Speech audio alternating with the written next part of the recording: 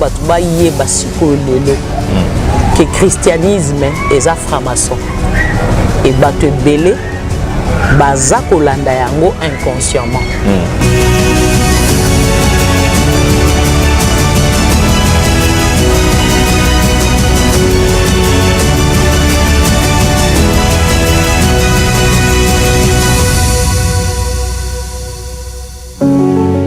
Mbote na balandi na biso ya émission oyo aime ton pays. Wapepa itolobaka linga ekolo na yo. Toto linga pe ekolo na biso. En tout cas, tozongeli bino lisusu na pokwa lelo, toyeba lisusu kobeta lisolo na bino libota na ngai ya Congo. Na sepeli komona bino nyonso na mokolo na lelo, bana ya mvuluzi, bana ya kipanvita, donc biso nyonso lolenge tozali na sepeli kokutana na bino. Mais par contre aujourd'hui na sepeli non on a ça l'introduction moko ya mukie avant tokota na thème na biso ya lelo.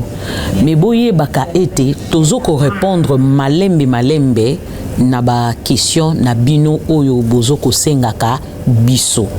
Donc pour vous dire que boza et belé à babone na biso oyo bolandara biso oyo bolingara vraiment tout fonctionner selon ba demande na bino. Alors tozo yaka ko répondre muke petit à petit et tozo tambola doucement ndenge wana tozo kende eza vraiment malam. Je me réponds à introduction kokotisa eloko oyo pensez moko ya muke.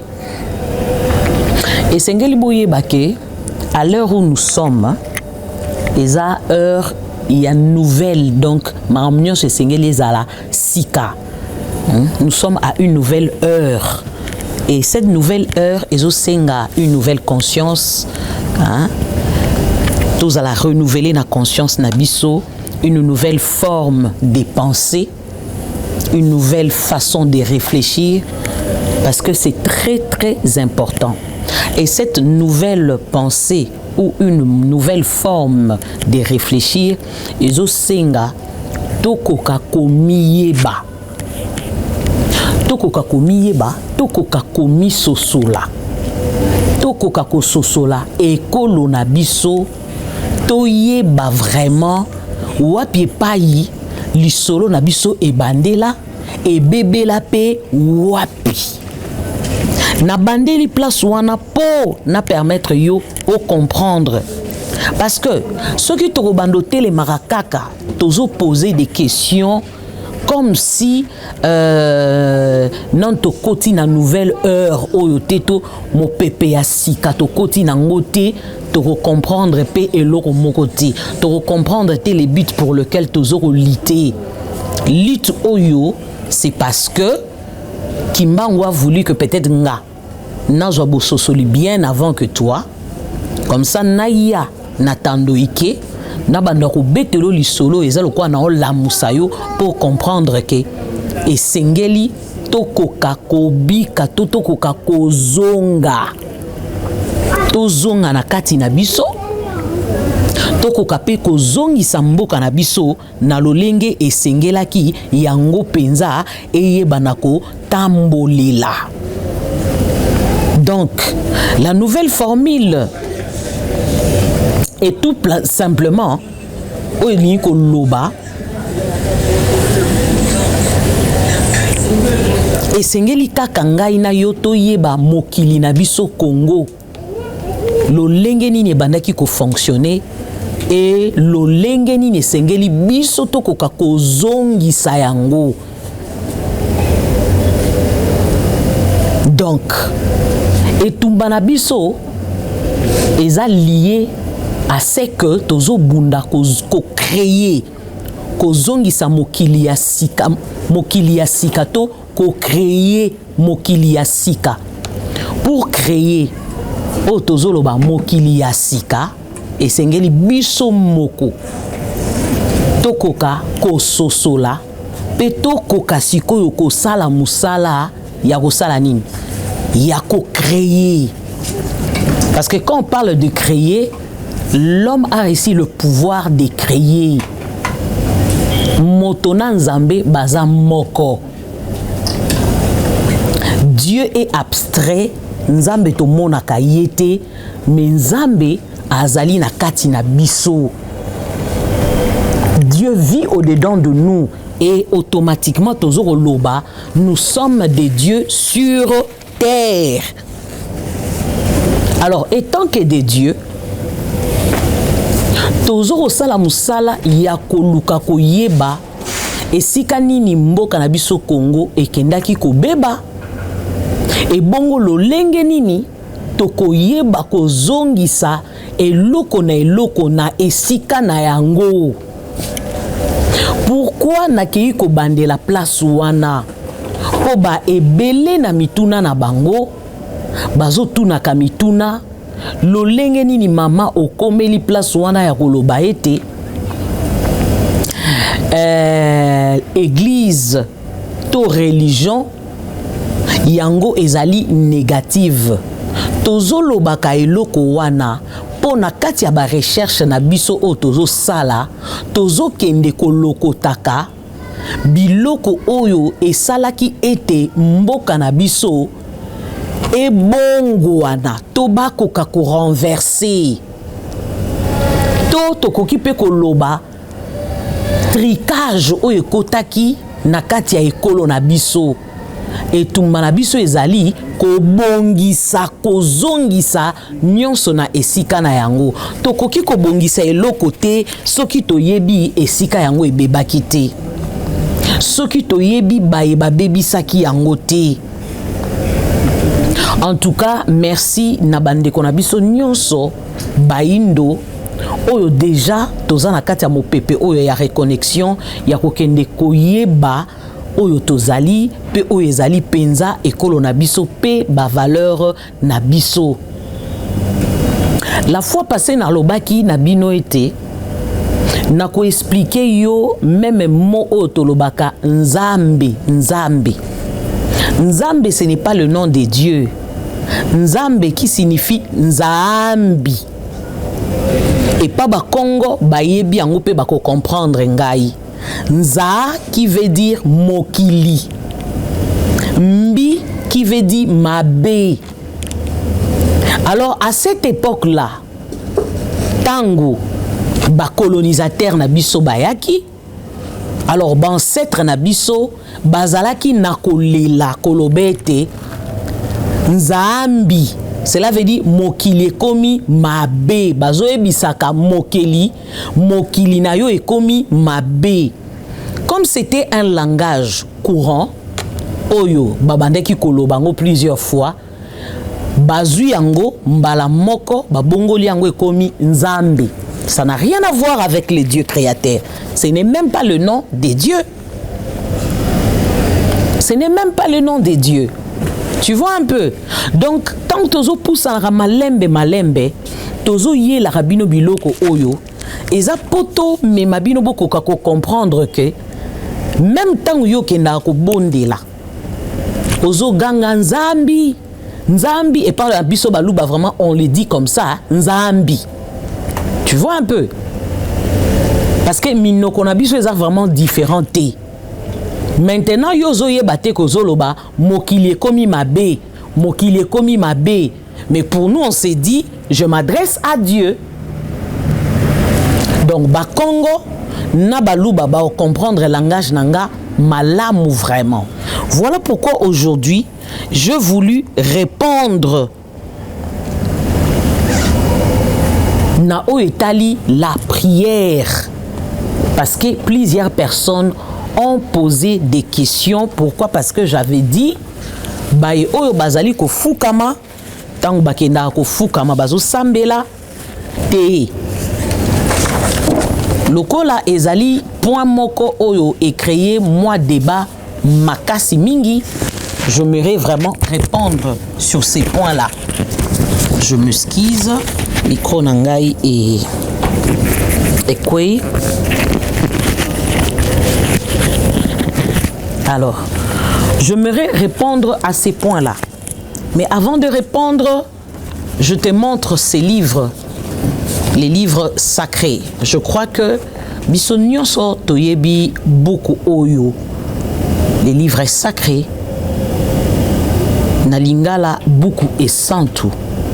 Oui, pona biso ebele to kanisa tant tolobi beaucoup et santu ezakaka oyo ezouta libanda ya mboka.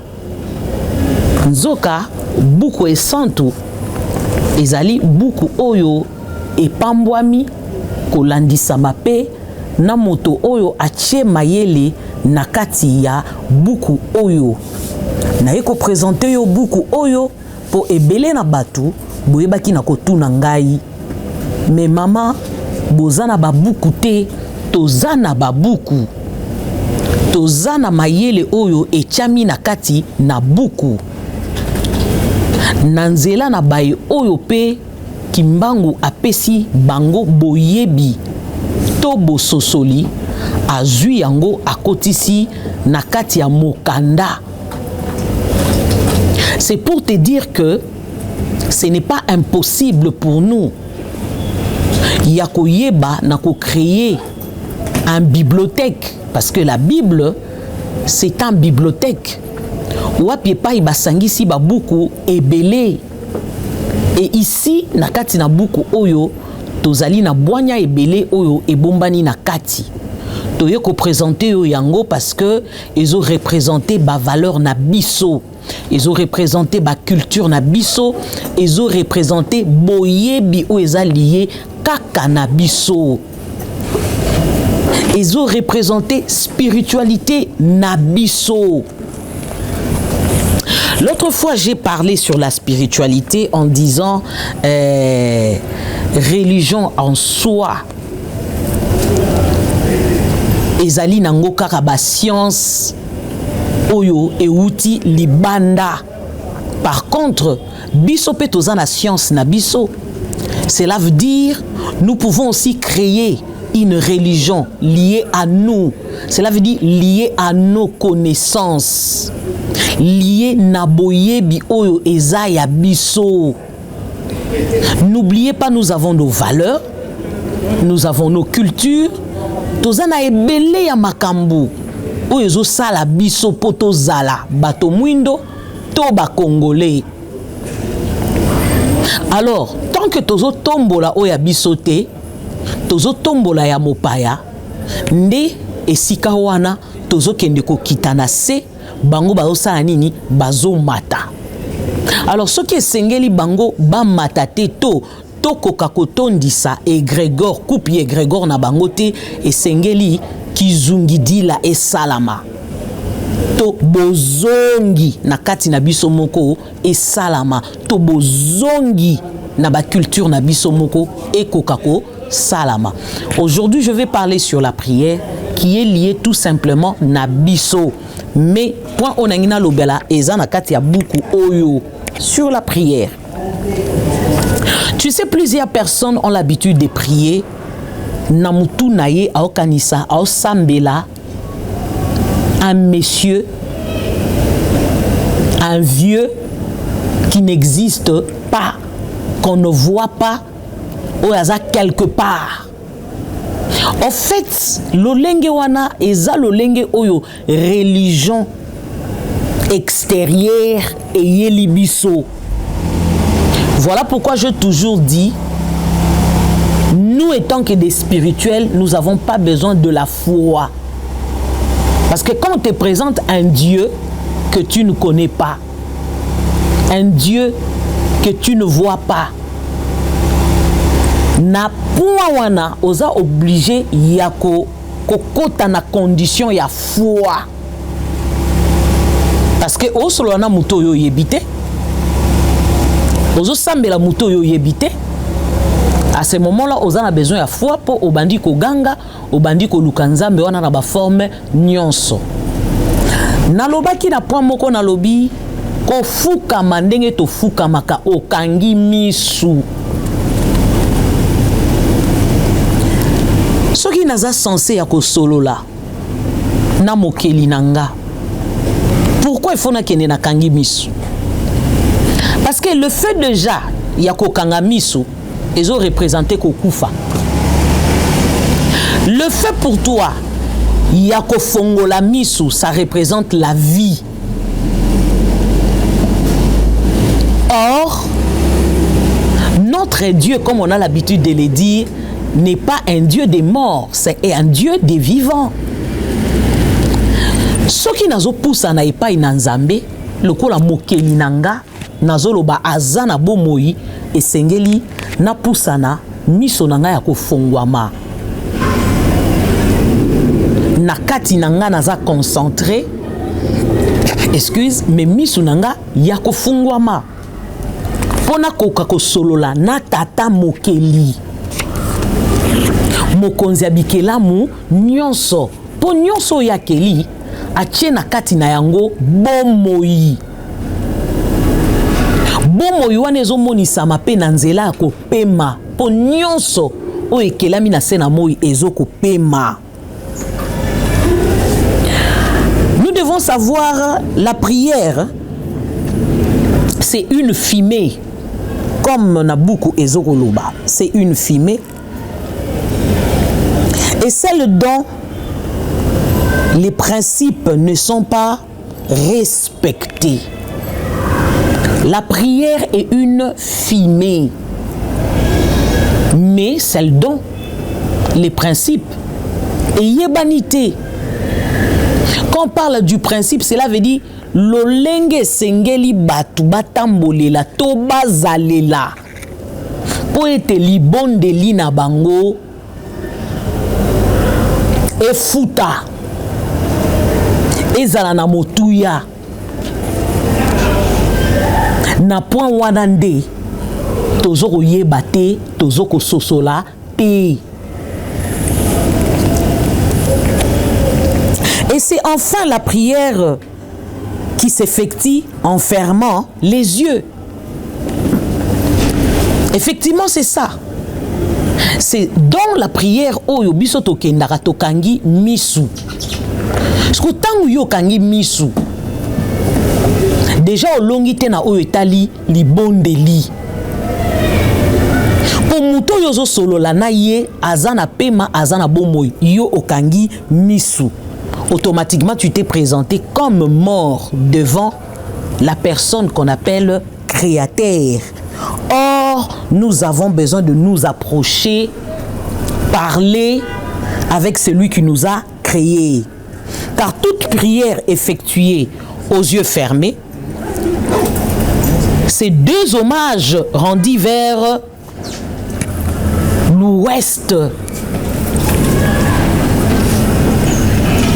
Ce sont des hommages. Et pourquoi nous disons que ce sont des hommages? Talakara lolenge tozalelaka. Ofukami, genou fléchi, ozaya ko fukama, ozoko solola, na moto oyo, yo na mutu na yo, ososoliete, oyebiete, misono ya ko kangama, mabolongo ya ko fukama. Tu t'es dit, je parle à Dieu. Tolobango prosternation. Ce sont des hommages. Ceux qui n'aillent lelo na thème ou ya prière, plusieurs personnes, maman, comment nous devons prier? La kisabiso ndengeni toro sambela, yebisabiso toro sambela ndengenini. Je viens déjà pour te dire la manière auquel nous sommes en train de prier oyo tozwa na religion ya bapaya eza lolenge moko ya mabe. Donc automatiquement tozo ko adresser prière wana au lieu dans les lieux arides bisika o eza ya kokauka, bisika eza ya kokauka.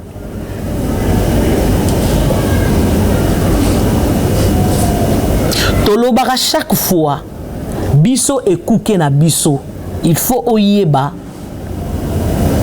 bikolo na bikolo izan ekuke na bango, bikolo na bikolo izan ekuke na bango. Quand je dis bikuke, cela veut dire de porte. biso porte na biso c'est à l'est.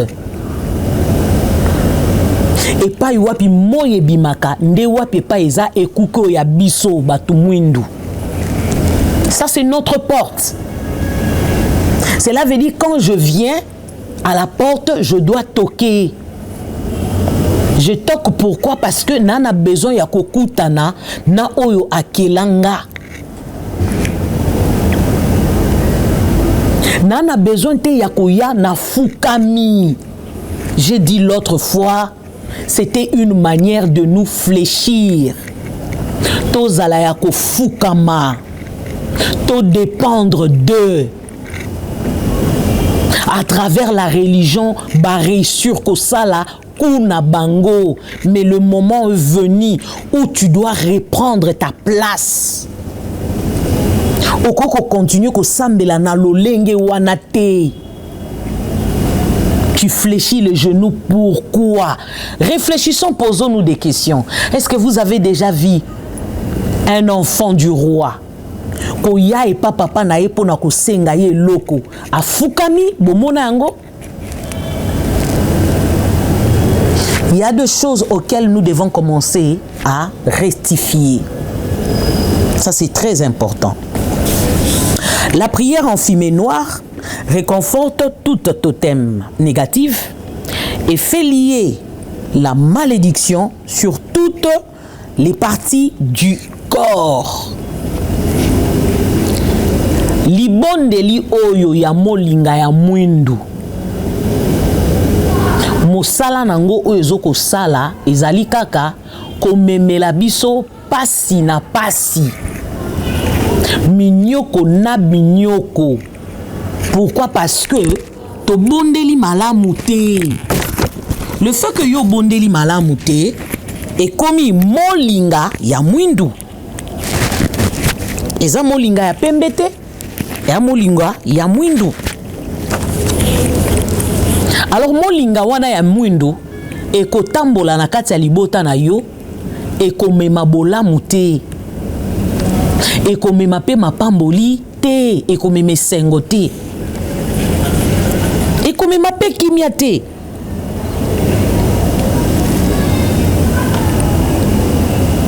Ekosunga pe mabota te comme nous le voulons. Mais par contre, nazokota na point oyo ekoyeba na kosunga biso, il a toujours été compris. Il a toujours été incompris. Croyant que la prière s'effectue qu'en fermant les yeux, aussi qu'en s'agenouillant. Ça, je venais de le dire. Loin de cette connaissance, donc Mosika ya boyebi oyo, oyo yo aussi ozoa. Loin de cette connaissance, les avertis sauront, s'il te plaît, les avertis sauront que la prière par excellence, ce n'est autre chose que la bienfaisance. Côté kuna na osala lokola na pemi mwa muke. Boye ba ete ba nyonso bazali ba initié. Initié c'est qui? C'est la personne qui a acquis la connaissance. C'est la personne qui connaît. Oya luki koyeba loi ya nature. Aluki koyeba la nature. Aluki koyeba nde nani nzambe. Aluki koyeba nde nani ngai moko. Asali ona lobaki kizungidila azongi na kati na ye amiyebi. Cette personne-là, d'emblée, asi ayebi que la meilleure prière ou la prière par excellence, c'est cette prière au tozo loba, la bienfaisance. Et quand on voit la bienfaisance, nazo mona bien na faire na kati. Moto oyo azo yekola kosala bolamu. moto oyo azo vivre en étant égoïste te.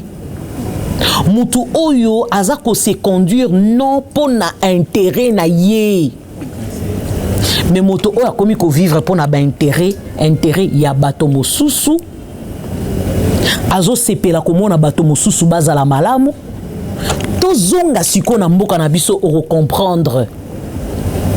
N'est-ce pas que toza na mboka oyo ba église eza na ba veni na biso na venu moko cause ata 10 églises. Tala conduite na biso. Tala comportement na biso. Regarde combien ba famille baza séparée. Regarde combien ba couple baza séparés. Regarde combien le foyer ne fonctionne pas. N'habite so monango. Mais on s'est dit, toi na kata l'église to sambelaka. De fois on s'est dit aussi des spirituels. Mais on ne se pose pas de questions. Pourquoi ça ne marche pas? Parce que tout simplement au fond de nous, non to sali kizungi di la te. Non to zongi na kati na biso te. Parce que moi j'ai toujours dit ceci.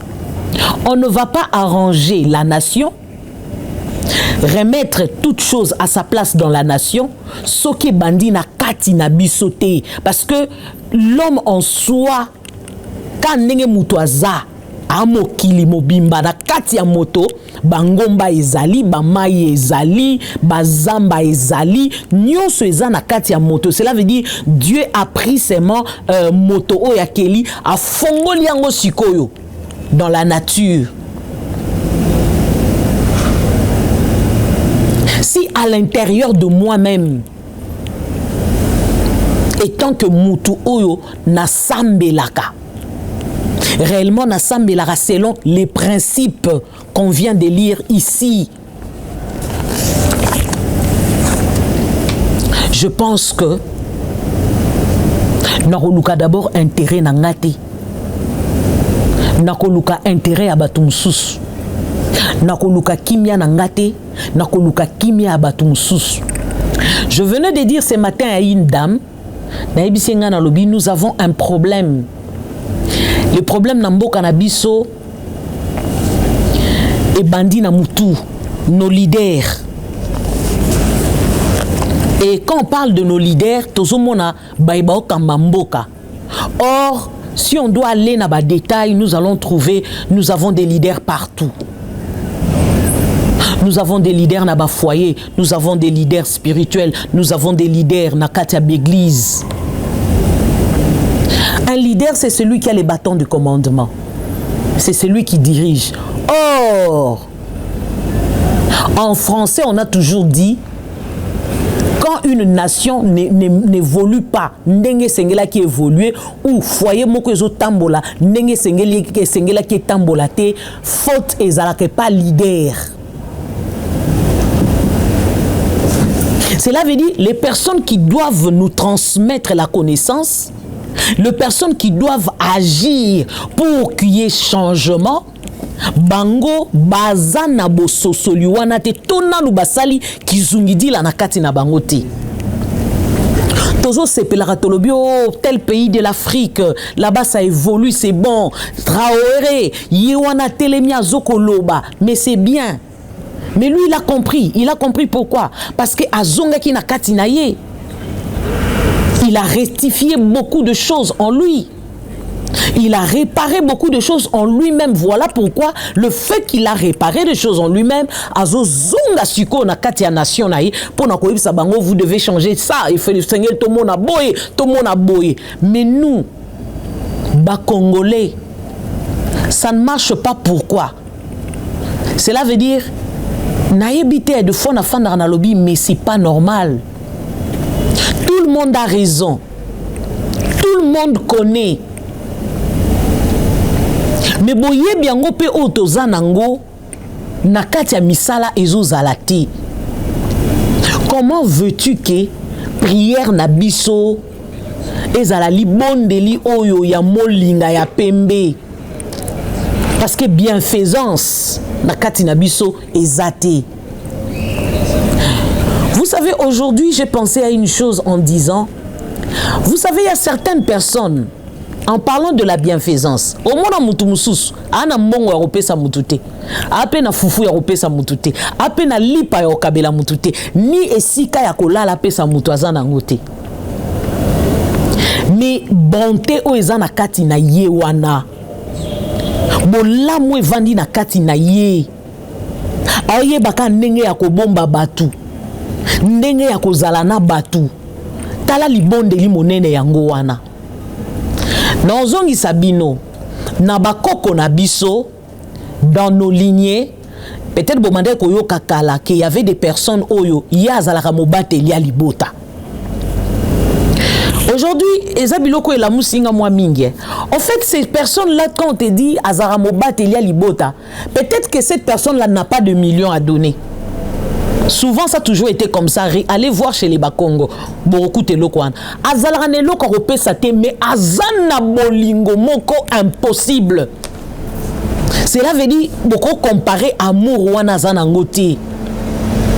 À cause de cet amour-là, il y a comment ko bundela batu na butu, a comment ko boya motote akota na libota na ya ko yiba, mabe et salamate, a comment ko protéger. C'est la bienfaisance. Tu vois un peu, la bienfaisance ne veut pas dire seulement avoir quelque chose à donner. Oui, je peux dire c'est aussi ça, avoir quelque chose à donner. Mais nous devons nous poser des questions. Pas seulement le bien matériel. Dégager peu énergie positive. C'est faire la bienveillance. Pour que bateau baza tout autour na yo baza la ba bénéficiaire et ton le bateau kota na mozindo une telle personne soki abondeli tu crois que nzamba ko kanga matoi parce que déjà y abatela ramité ma bateau abatela ba vie a bateau azalaka bon na bateau azam moto a chola ka bateau te a moto a lolendo te a moto a kitisaka bateau te. A moto yo a vivaka na intérêt à batu. Cela veut dire a osepela mona batu baza na kimia, batu baza la malamu. Et sengona yango wana. Mais il y a certaines personnes, il peut te dire ngana sambela ramakasi, ngana za spirituel, c'est vrai. Mais misala na yo. Écoutez, les œuvres ne trompent jamais. Et quand on parle de bienfaisance, cela veut dire les œuvres misala oyo mutu azo sala yango ekosaka te yango nde libondeli ya motuya. Observez le Congo, vous allez comprendre que nous avons des leaders qui torturent le peuple. Ezala na kati ya l'église, ezala wapi makambo ebele oyo tokutanaka nango, tu sens que batu baza torturé. Mais bato batelemi bazo torturé, balobi biso toza basambeli. Biso toyebi nzambe. Mosusu kutu mosika koyebisa yo ngana za nzambe.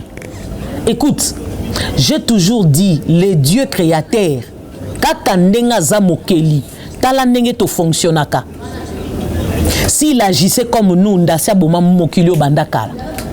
Tala lo lenge mabe obiso tozala nango. Parce que nous avons l'habitude de dire nul n'est parfait. Donc pour dire que toza batu mabe. Mais nzambo akela biso, malgré qu'il est Dieu, il est le premier leader, le chef suprême. Il n'agit pas mbalamoko pour nos sanines. Pour détruire biso likolo ya mabe tozo sala. Il exerce vis-à-vis de nous sa bienfaisance. Bolamu na ye. Il s'est dit ma bienfaisance et que ça en sorte que bateau va comprendre nga. Bateau va kokako zonga. Bateau yo ba kokako changer. C'est comme ça. C'est comme ça. La bienfaisance. Ezelo kwa motuya. Moi, je ne suis pas d'accord. Nazalara d'accord te na bateau yo. Apesaka, apesi mutu. Lobi akapiololi. Ta tango kutu na pesaki. D'ailleurs, kutu tango na salaki, il y a plusieurs personnes qui donnent et après ils détruisent même la bénédiction. Oyo ye azwaki a pesaki abomi yango. Abomi yango. Il y a plusieurs personnes ba pesaka me babomaka batu. Vous savez que bomamutu ezakaka ko zwambeli ko tuba makile bomate. Bible oyo mindele baela ki biso balobi tango kako kanisi ko sala mutu mabe aussi obomiye. Mais pose-toi la question, combien de fois toi tu l'as fait? Est-ce que dans tes pensées la bienfaisance existe, que on réfléchisse à kaka positivement? Est-ce que na se ya motema na yo ezalaka kaka le positif ou le négatif te guette souvent? Même quand tu vas prier, ça sera une fumée noire. Retiens cela, retenir Elokowana. Il est moins utile, il est vraiment moins utile, moi je l'ai dit aujourd'hui, pour faire de telles prières. Et ça, on a dit, il y a aucun de tandis que les principes de la prière, toi-même, tu ne l'as pas retenu. Vous savez, aujourd'hui, moi, je me dis, beaucoup de gens se plongent dans cette vie chrétienne ou spirituelle, seulement parce que, quelque part, il est limité. C'est devenu un moyen pour lui. Il y a gagné mbongo, donc ça devient un gagne-pain. Mais moi, je pense que ce comme des personnes qui viennent réparer. Et non, nous allons aider les gens parce que nous-mêmes là, nous allons dégager l'énergie positive. Et cette énergie sera une prière de tous les jours pour nous, sans pensée négative. Sans qu'on torture mitema na batu, toma kanisi na batu, sans qu'on torture ma vie à batu, sans qu'on torture ma foyer, sans qu'on torture des hommes et des femmes. Ça sera une prière dédiée à celui qui nous a créés. Un travail en vain, voilà, ça sera un travail en vain de se rendre régulièrement à l'église alors que la bienfaisance reste loin de celui qui se prétend un fidèle religieux. Pona lelo nako suka awa nako lobana biso ete to se prétendre ba religieuté. Au début je dis la religion c'est quoi? La religion est liée na ba culture. Il y a chaque nation oyo e bombi divinité to ba secret ya mabele na bango tango ba sangisi ba mayele wana nyonso nde wapi epai bake ko tirer isolo ya religion. Alors biso pe toza na capacité ya koyeba ko créer oiza religion na biso, mais religion na biso na lolenge ya bakoko na biso bazali mitema malamu. Bakoko na biso bayeba ki division te. Bakoko na biso bayeba ki ko panza te. Bakoko na biso bayeba ki ko lia esika moko. Bakoko na biso bayeba ki ete nzambe aza bolingo. Dieu est amour et mutu nyonso oyo aza censé ko s'approcher na nzambe to ko servir. Et en étant nzambe na kati na mokili esengeli a exercer bonté wana, a exercer bonté wana. Et c'est par lesquels d'ailleurs tokoka koyeba ke celui-ci a le cœur de Dieu. Alors merci mingi na bayebaki na kolanda biso na kozonga lisusu kotalisa yo sekele nyonso yo moningai ko dégager na pokwa na lelo et uti na nzela ya buku oyo nazoko benga livre sacré. Livre sacré, je pense que omoniango toche elongi ya mpaka pe elongi ya elenge nakozonga nakobetela bino pona nini bilongi oyo mibale buku oyo ekelami to esalami na mwana ya mboka to mwana ya ekolo oyo Congo tata na ye Ngoma Mavinga et mama na ye Mbuzi Tonga oyaza na biso lisusu na nzoto oyo te mais ye asi akei ko précéder biso dans l'au-delà mais ye azali fumier na biso pour le moment oyo azali pe ko boakelaka biso oyo ezali ba énergie na ye positive pour que tokoka ko émerger pe na misala oyo tozali ko sala buku oyo ekelami epai wabino Dr Ngoma Chibango. En tout cas matondo mingi epai na bino.